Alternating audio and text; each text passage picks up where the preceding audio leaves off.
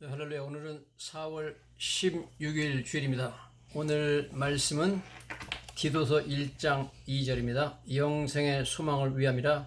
이 영생은 거짓이 없으신 하나님이 영원전부터 약속하신 것인데, 이렇게 나와 있습니다. In the hope of eternal life. 영생의 소망. 오늘의 말씀 제목은 영생의 소망입니다. Hope of eternal life, which God who does not lie, 거짓말하지 않은 하나님께서 promised before the beginning of time, 시간이 시작되기 전에 이미 약속하신 것이다. 그렇게 말씀을 하고 있습니다. 영생은 첫째, 예수님이 오시고 나서 약속하신 것이 아니라 before the beginning of time, 시간을 시작되기 전부터 약속하셨고, 그 다음에 하나님께서 약속하셨는데 who does not lie, 거짓말 하실 수 없는 하나님이 약속하신 가장 확실한 하나님의 약속이다. 그런 말씀을 하고 있습니다. 먼저 영생에 대해서 우리가 깊이 한번 상고해보는 시간을 갖도록 하겠습니다. 먼저 영생은 하나님께서 우리에게 주시는, 믿는 자에게 주시는 하나님의 가장 귀한 선물입니다.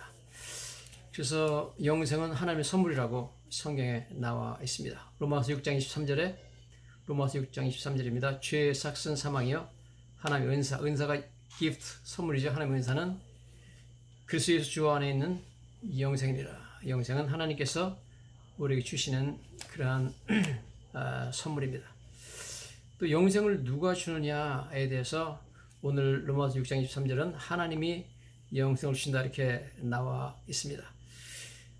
그렇지만 우리가 또 성경 보면은 예수님께서 영생을 주신다 그렇게 말씀을 하고 있는 것을 우리가 보게 됩니다. 예를 들어서 요한복음 10장 28절에 보면 내가 그들에게 영생을 주노니 영원히 멸망하지 아니할 것이요. 예수님이 영생을 주신다고 말씀하고 있죠. 예수님은 하나님이시기 때문에 영생을 주실 수가 있습니다. 왜 예수님께서 영생을 우리에게 주실 수 있느냐 하면 예수님 자신이 영생이기 때문에 그렇습니다. 요한 1서 5장 20절에 보면 굉장히 중요한 말씀이 나오는데요. 그는 참 하나님이시요 영생이라. 예수님이 하나님이시고 예수님이 영생이라고 표현하고 있습니다. 즉 예수님 자신이 영생이십니다. 그래서 영생의 근원이시기 때문에 영생의 파운튼, 샘물이기 때문에 예수님께서 우리에게 영생을 주실 수 있는 줄로 믿습니다. 뿐만 아니라 우리는 영생이라는 것을 많은 사람들은 우리가 죽은 후에 그 다음에 천국에서 누리는 그런 것이 영생이다 그렇게 생각을 하고 있습니다.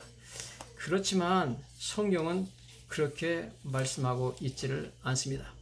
성경에서는 이미 예수를 믿는 순간 영생은 시작되었다 그렇게 말씀을 하고 있습니다. 요한복음 3장 36절에 보면 아들이 있는 자에게는 영생이 있고 이렇게 나와 있습니다. 그래서 whoever believes in the Son, 아들을 믿는 자에게는 has eternal life. 아들을 믿는 자는 이미 영생을 가졌다 그렇게 말씀을 하고 있는 것입니다. 요한복음 5장 24절에도 그런 말씀이 나와 있죠. 내 말을 듣고 나 보내신 이를 믿는 자는 영생을 얻었고 이미 얻었다는 겁니다. 사망에서 심판을 받지 아니하니 사망에서 생명으로 옮겼느니라 그렇게 말씀을 하고 있습니다. 요한복음 6장 47절에도 진실로 너에게 이르노니 믿는 자는 영생을 가졌나니 the one who believes, 믿는 자는 has eternal life, 현재 이미 영생을 가졌다 이렇게 말씀하고 있습니다. 그래서 우리가 영생은 우리 육신이 죽은 후에 시작되는 것이 아니라 이미 예수를 믿는 순간에 영생은 시작되었다. 그러므로 예수 믿는 자들은 이미 영생을 소유하고 있다는 것을 우리는 알아야 될 줄로 믿습니다. 그래서 요한복음 17장 3절에는 영생은 곧 유일하신 참 하나님과 그가 보내신 자 예수 그리스도를 아는 것이다. 하나님을 알고 예수님을 아는 것이 영생이다 이렇게 말하고 있습니다. 이것은 영생이 영원히 사는 것이 아니라 그냥 예수님 아는 것이 영생이다 그런 뜻이 아니라 여기 하나님을 알고 또 예수 그리스도를 안다는 표현은 그냥 예수님이 누군지를 안다는 뜻이 아니라 예수님과의 참 진정한 관계를 말하죠. 예수님을 믿고 예수님을 섬기는 그런 관계를 말합니다. 자, 이렇게 예수님을 알고 하나님을 알고 그런 관계를 갖고 있는 자, 예수님을 진정으로 믿는 자는 이미 그것이 영생을 얻었기 때문에 그분이 영생이기 때문에 영생은 바로 유일하신 참 하나님과 그가 보내신 예수 그리스도를 아는 것, 그분과의 관계를 갖고 있는 것, 그분을 믿는 믿음의 관계를 갖고 있는 것은 바로 영생을 소유했다고 말할 수가 있다 하는 말씀을 성경 우리에게 주고 계신 것을 우리가 보게 됩니다.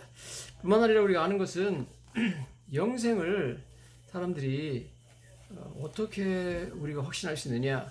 성경은 놀랍게도 이미 사도 요한이 말하기를 나는 영생을 만져보았다 그렇게 말씀을 하고 있습니다. 요한일서 1장 1절부터 2절에 보면 영생을 이미 만져보았다고 요한이 말하고 있습니다. 태초부터는 생명 말씀 예수님이죠. 관하에는 우리가 들은 바요 눈으로 본 바요 자세히 보고 우리 손으로 만졌다 만진 바라. 즉 이 생명이 우리에게 나타난 바 된 이 생명 바로 예수님이죠. 나타난 바 된지라 이 영원한 생명을 우리가 보았고 영원한 생명이 영생이잖아요. 영생을 이미 보았고 들었고 그분으로부터 들었고 손으로 만져봤다는 겁니다. 증언하여 너에게 전파하노니 이는 아버지와 함께 계시다가 우리에게 나타나신 바 된 자다. 그래서 여기서 우리가 한 가지 주목해야 되는 것은 요한복음을 쓴 요한은 예수님에 대해서 말씀할 때 생명이란 단어와 영생이란 단어를 같이 interchangeably 서로 바꿀 수 있는 그런 단어로 쓰고 있습니다. 즉 요한이 생명이라고 말할 때 그것은 영생입니다. 이게 이렇게 나와 있어요. 이 생명이 나타나신 바 된지라. 이 영원한 생명으로 보았고 이 생명이나 영원한 생명이나 영생이나 같은 뜻으로 쓰고 있습니다. 예를 들어서 예수님께서 나는 부활이요 생명이니 나를 믿는 자는 죽어도 살겠고 살아서 나를 믿는 자는 영원히 죽지 아니하라 하실 때 그 부활이요 생명도 바로 부활이면서 영생이라는 뜻이죠. 즉 그래서 예수님은 부활이시며 예수님 자신이 영생이라는 것을 우리가 알게 됩니다. 그래서 요한 5장 24절에 우리가 이미 말씀을 드렸듯이 누구든지 내 말을 듣고 나 보내시를 믿는 자는 영생을 얻었고 심판에 이르지 아니하나니 사망의 생명을 옮겼다 그랬죠. 심판에 이르지 않는다 그렇게 말씀을 하고 있는 것을 보게 됩니다. 우리는 예수 믿는 순간에 심판에서 생명으로 옮기는 것입니다. 내 말을 듣는다는 것은 그냥 귀로만 듣는다는 것이 아니라 믿는다는 것을 말이에요. 그 다음에 예수님 말씀을 믿고 그를 통해서 나 보내신 이를 믿는 자, 즉 하나님을 믿게 되면 이미 has eternal life, 영생을 이미 얻었고 이미 얻게 되는 것이죠. 그 다음에 이미 영생에 진입했다는 거죠. 사망에서 생명으로 옮겼다. 이미 우리는 심판받아 마땅한 우리가 사망의 생명으로 옮게 됐기 때문에 사망의 생명으로, 즉 사망에서 영생으로 옮겼다는 겁니다. 영원한 형벌을 받아야 될 저희들이 예수를 믿는 순간에 영벌에서 영생으로 옮겨가는 것입니다. 마태복음 25장 46절에는 그들은 영벌에 의인들은 영생에 들어가리라. 인간의 가는 길은 두 길밖에 없죠. 영벌 아니면 영생입니다. 그런데 예수 믿는 순간에 그들은 영벌에 의인들은 영생에 들어가게 되라. 우리는 영벌이 아니라 영벌에 있던 자들이 영생으로 우리는 옮겨간다 그렇게 말씀하고 있는 것을 보게 됩니다. 요한복음 3장 18절에 그를 믿는 자는 심판을 받지 아니하는 것이요 믿지 아니하는 자는 하나님의 독생자의 이름을 믿지 아니하므로 이미 벌써 심판을 받은 것이라 그렇게 말씀하고 있습니다. 즉 그를 믿으면 심판을 받지 않고 그를 믿지 않으면 심판을 이미 받았다. 즉 심판의 기준, 누가 심판을 받느냐 누가 심판을 받지 않느냐 하는 것은 기준은 예수 그리스도를 믿느냐 안 믿느냐 이거라는 것을 성경이 말씀하고 있습니다. 즉 하나님의 독생자의 이름을 믿지 아니함으로 벌써 심판받았다.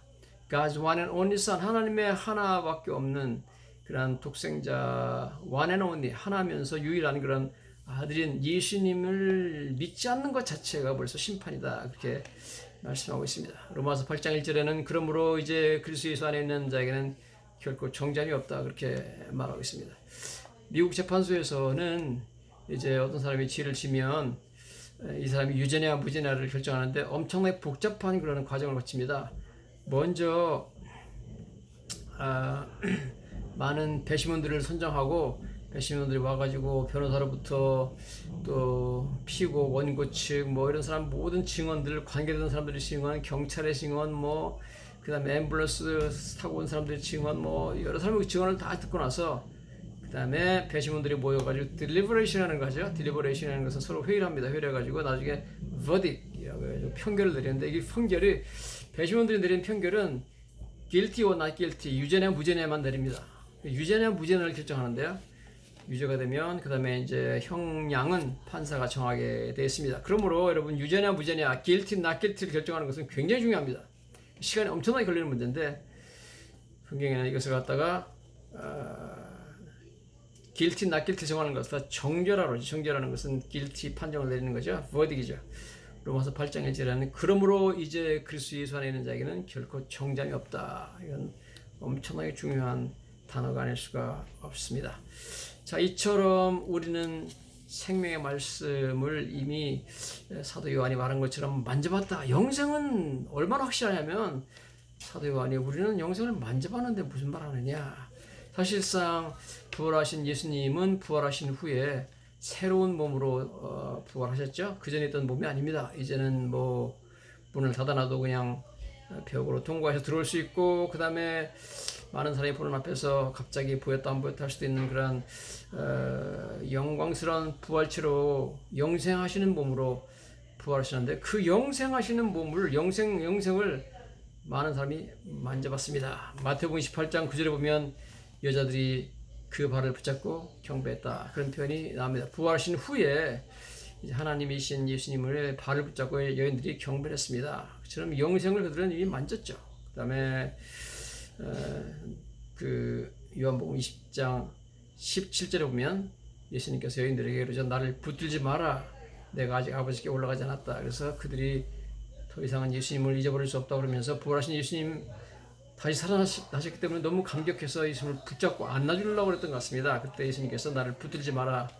내가 아직 아버지께 올라가지 않았다. 그래서 예수님을 만져보죠. 부활하신 후에 예수님을 직접 여자들하고 만집니다. 그래서 이것이 바로 영생을 만져본 거죠. 영생은 이처럼 확실한 겁니다. 영생은요, 제자들이 영생하시는 예수님을 만져봤습니다. 뿐만 아니라 예수님께서는 이 영생체를 만져보라고 초청을 하시죠. 누가복음 20장 27절에 도마에게 이르시되 내 손가락을 내밀어 내 손을 보고 내 손을 내밀어 내 옆구리에 넣어보라. 그래하고 믿음 없는 자가 되지 말고 믿는 자가 되라. 그래서 손을 내밀어 가지고 손가락으로 내 손에 있는 못자국에다 보고 내 손을 내밀어서 옆구리에 넣어가지고 내 창자국에 넣어봐라. 그러면서 직접 영생체를 만져볼 것을 오히려 초청하고 있습니다. 누가복음 24장 39절에도 내 손과 발을 보고 나인 줄 알라. 또 나를 만져보라. 영은 살과 뼈가 없으되 너희 보는 바와 같이 난 있느니라. 만져보라 합니다. 제자들에게 방에서 나타나셔가지고 내 손과 발을 보고 나인 줄 알라. 또 나를 만져보라. 영은 살과 뼈가 없다. 나는 귀신이 아니다. 나는 영적인 존재가 아니라 살과 뼈가 있다는 거예요. 너희 보는 바와 같이 나는 있다. 만져봐라. 그렇게 오히려 영생을 만져보라고 초청하고 있었고, 제자들이 영생을 만져봤다고 지금 표현하고 있습니다. 그만큼 영생은 확실한 것이죠. 영생은 만져보았고 이미.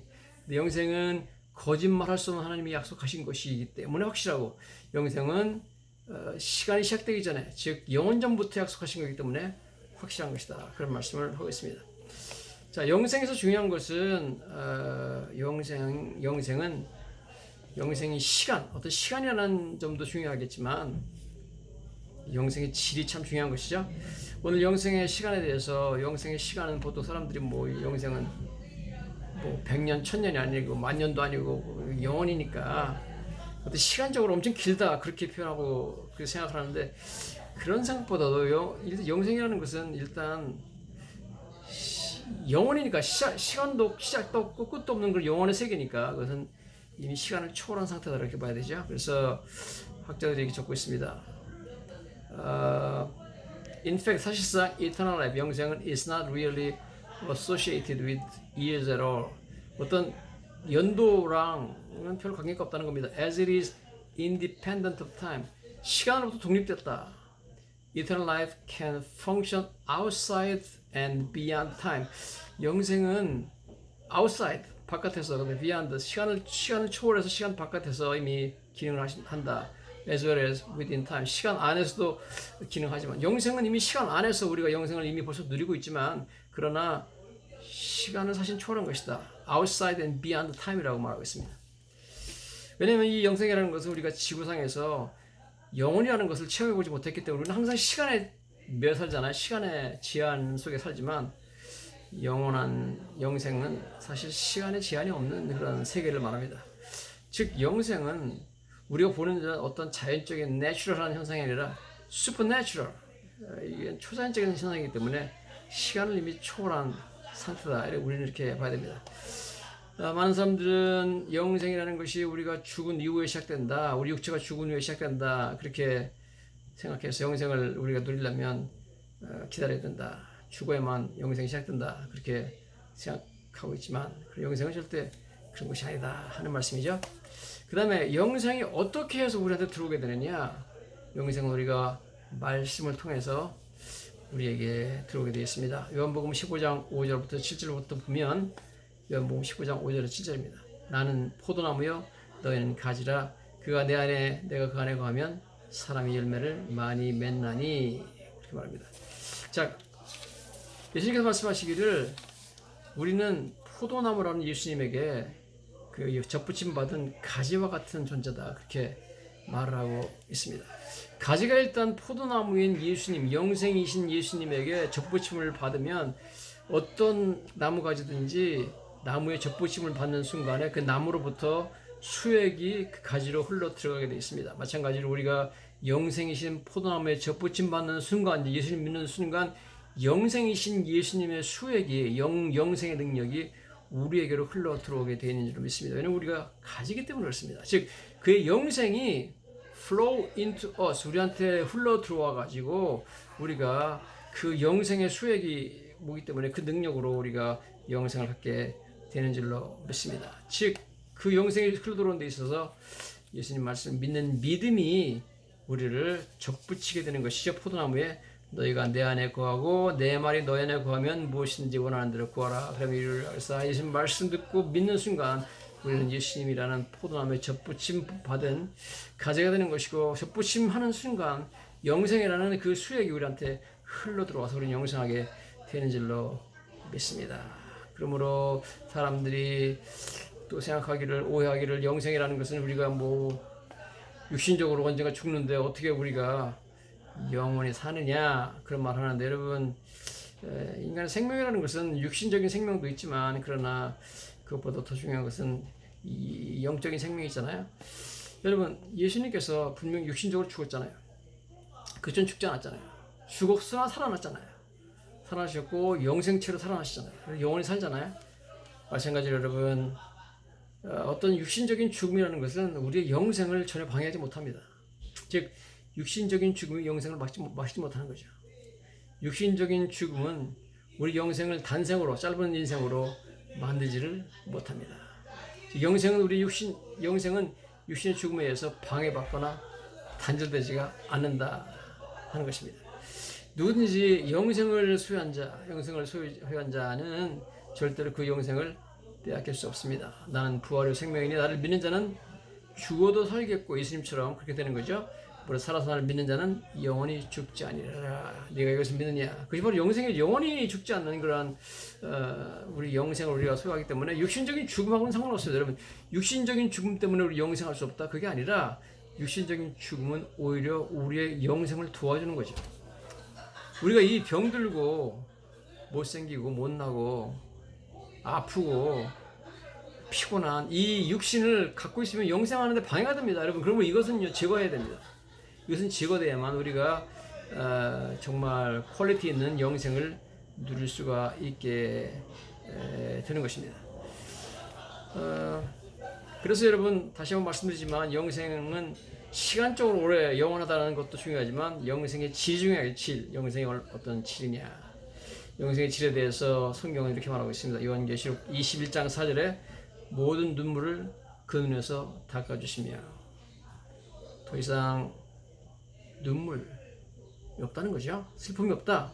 다시는 상황이 없고, 사망이 없으니까 질병도 없겠죠. 당연히 애통하는 것이나 곡하는 것이나 아픈 것이, 질병이나 뭐 슬픔이나 이런 것이 없어지고 모든 인간적인 갈등도 다 없어지는 것이고, 처음 것들이 다 지나갔다. 요한계시록 21장 4절입니다. 다시 읽어보면 모든 눈물을 그 눈에서 닦아주시며 다시는 사망이 없고 애통하는 것이나 곡하는 것이나 아픈 것이 다시 있지 아니하리니 처음 것이 다 지나갔습니다. 즉 기쁨과 만족, 눈물이 없으니까 기쁨과 만족만 있다는 거죠. 슬픔이 없다는 거. 그 다음에 더 이상 죄가 없는 거죠. 죄는 이미 다 없어졌고요. 그 다음에 더 이상 사망이 없고 죽음이 없고 애통하는 것이나 곡하는 아픈 것, 질병도 없는 것이고 그다음에 어떤 인간적인 갈등도 없는 것이죠. 누구를 미워하는 미운 마음도 없어지는 것이고 그래서 사람들이 아이고 저 사람은 내가 천국 가서라도 다시 만나기 싫다 그러는데 여러분 천국 가면 그 사람에 대한 미움과 갈등이 다 사라지게 되었습니다. 영생에는 미움도 없는 것이고 영생에는 그러한 인간적인 뭐 갈등이라든지 뭐 부정이라든지 이런 것이 있을 수 없죠. 모든 것은 영생은 참 기쁨이죠. 영생의 질이 중요하다는 거예요. 영생의 질, 시간도 중요하겠지만 영생의 질이 중요하다. 그래서 영생의 질에 대해서 고린도전서 2장 9절은 이렇게 말하고 있습니다.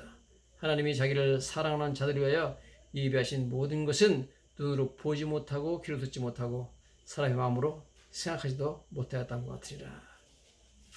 하나님이 사랑하는 자를 자기를 사랑하는 자를 위해서 예비하신 모든 것 중에 제일 중요한 것이 영생이겠죠. 영생은 사람들이 눈으로 보지도 못했고 귀도 듣지 못했던 것이다. 사람의 마음으로 생각하지 못하였던 상상을 초월하는 세계다. 그렇게 말씀하고 있습니다. 즉 존 파이프 목사님이 이렇게 말하고 있습니다. 당신의 삶에서 지금까지 인생에서 가장 행복했던 순간을 떠올려라. 뭐 어떤 순간이 가장 행복했는지 자기 인생에 가장 행복했던 순간이 있을 거 아니냐. 그 순간을 떠올려라. 최고로 행복했던 순간. 그때 행복을 1000으로 곱해라. 1000배 되는 행복을 생각해라. 그러면 영생의 기쁨을 내가 상상할 수 있겠느냐? 그것도 아니라는 겁니다. 그 1000으로 곱한 거에서 다시 1000으로 곱해라. 그러면 아마 천국에서 누릴 수 있는 우리의 기쁨과 행복을 비슷하게 느끼기 시작할 것이다. 왜냐하면 그 영생의 기쁨이라는 것은 하나님께서 예비하신 이 모든 것은 눈으로 보지 못하고 귀로 듣지 못하고 이거는 우리가 들어보지도 못했고 눈으로 본 사람도 없고 생각도 못했던 마음으로 생각하지 못했던 상상을 초월하는 그러한 행복이 거기 존재하고 있다. 그렇게 말씀하고 있는 것을 우리 보게 됩니다. 뿐만 아니라 우리가 알아야 되는 것은 영생은 사람들이 생각하기를 영생하면 뭐 천국 가서 아무것도 안 하고 그냥 맨날 빈둥빈둥 놀면서 하나님 찬양만 하고 그러면 되느냐 또 심심해서 어떻게 사느냐 그렇게 말할 수 있으면은 성경은 그렇게 말하고 있지 않습니다. 성경은 말하기를 영생은 절대로 빈둥빈둥 노는 게 아니라 영생은 우리가 하나님과 함께 왕노릇 한다고 나와 있죠. 요한계시록 22장 3절부터 5절에 보면 하나님과 어린 양의 보좌가 그 가운데 있으리니 그들이 세세토록 왕노릇 하리로다. 우리가 왕노릇 한다고 그랬고요. 마태복음 25장 21절부터 보면 주인이 이르되 잘하였도다 착하고 충성된 종아 내가 적은 일에 충성하였으니 내가 많은 것을 내게 맡기리니 내 주인의 즐거움에 참여할지어다. 영생에서도 하나님 그들에게 할 일을 맡겨준다는 거죠. 많은 일을 맡겨주신다. I'll put you in charge of many things 그렇습니다. 누가복음 19장 17절 19절 보면 주인이 이르되 잘하였다 착한 종이여 내가 지극히 작은 것에 충성하였으니 10골 권세를 내게 차지하게 하리라. 그래서 여러 고을을 다스리는 그러한 자로 임명한다는 겁니다. 바쁘게 된다는 거죠. 할 일이 많아진다는 겁니다. 그래서 영생은 놀고 먹고 그냥 쉬기만 하고 그러는 것이 빈둥빈둥 하는 것이 아니라 영생은 굉장히 active, challenging and fulfilling. 즉 영생을 우리가 하면서 바쁘고 굉장히 도전적이고 이제 보람 있는 일을 우리 하게 되는데 즉 우주를 다스리시는 하나님이신 하나님과 함께 같이 왕노릇하는 거기 때문에 우리는 거기서 10골을 권세를 차지하라 그러면 뭐 큰 구역을 우리가 통치해야 되는 사람들이기 때문에 마치 서울 시장이나 뉴욕 시장이 된 것처럼 굉장히 할 일이 많고 또 바쁘고 또 굉장히 보람 있는 일을 하게 될 것이다. 그렇게 말씀을 하고 있습니다. 자, 성경 보면 하나님께서는 영생의 그 질에 대해서 영생의 질이 중요하다고 했죠. 퀄리티가 중요하다. 질에 대해서 성경은 한마디로 영생이라는 그 세계의 그 퀄리티를 한마디로 말하면 영광이라고 말했습니다. 그래서 예수님은 그 영생의 영광을 우리한테 정말 보여주길 원했어요. 그래서 요한복음 17장 4절에 아버지여 내게 주신 자도 나 있는 곳에 나와 함께 있어 아버지께서 창세전부터 나를 사랑하심으로 내게 주신 나의 영광을 그들로 보게 하기를 원하니다. 영광을 보여주길 원했습니다. 왜냐하면 영생의 그 퀄리티가 한마디로 영광이기 때문에 그렇다는 것을 우리가 우리에게 말씀해주고 있는 것을 우리가 보게 됩니다. 영생은 세상에서 우리가 보지도 못했고 듣지도 못했고 인간의 마음으로 생각하지 못하는 그런 영광이 충만한 곳이고, 그 영광 속에서, 그 최고의 영광이라는 그 질 속에서 영생은 우리가 하나님으로부터 주시는 그 선물 영생을 우리가 누리게 될 줄로 믿습니다. 감사합니다.